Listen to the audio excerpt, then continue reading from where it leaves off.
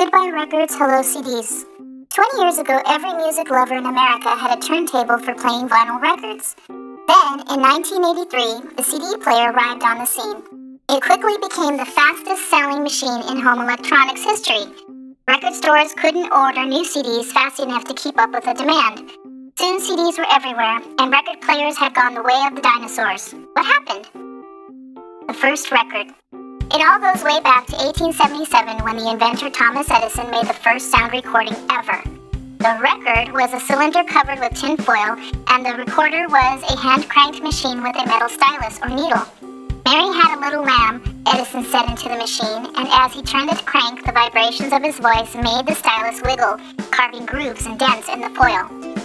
Edison called his new machine a phonograph. The word comes from the Greek roots phono, meaning sound, and graph, meaning write. The stylus had written the sounds of his words on the foil, and it could read them back over and over. The dents made the stylus vibrate, and the vibrations came out through a horn as a scratchy, croaking version of Edison's voice, at least until the foil wore out, as it did after about 5 clangs. A century later, sound recording had come a long way. Edison's tinfoil cylinders and hand-cranked phonograph were ancient history, replaced by long-playing vinyl records that were played on high-fidelity electronic stereo systems.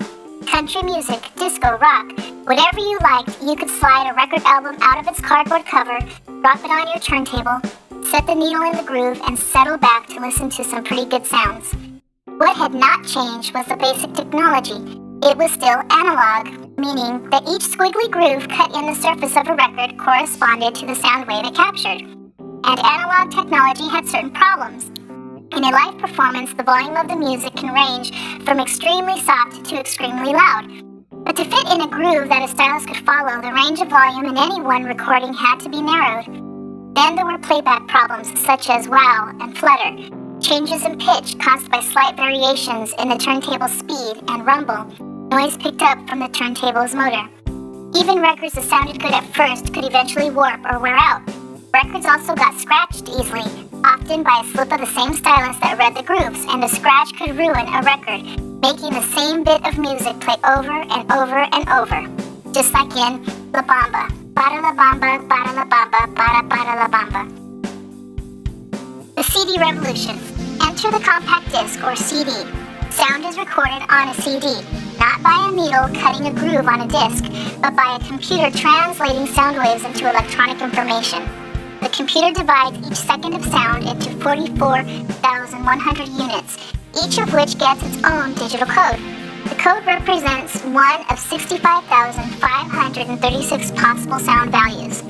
This wide range of sound values also allows tiny variations in sound to be captured with amazing accuracy. That's why the sound of a CD is so true to life. Imagine that you're trying to match a particular shade of paint to a color in a picture. If you have 65,536 shades to choose from, you have a good chance of finding one that's almost exactly like the color you're looking for. At first, the CDs sometimes sounded too perfect. Early CDs reproduced even the squeak of a violinist's fingers on an instrument string, something a live concert audience would probably never hear, or want to. Some music lovers found the sound of CDs cold and artificial in its computerized perfection. Then listeners came to appreciate the benefits of CDs. Not only is their sound better than that of records, but they're more durable thanks to the new technology. Sound is recorded on the surface of the CD in the form of tiny pits and smooth areas. The surface is then covered with layers of aluminum and acrylic. Thus, the laser in a CD player never actually touches the surface on which the music is recorded. Unlike a phonograph needle, which can scratch or wear out a record, the laser will not damage or wear out a CD.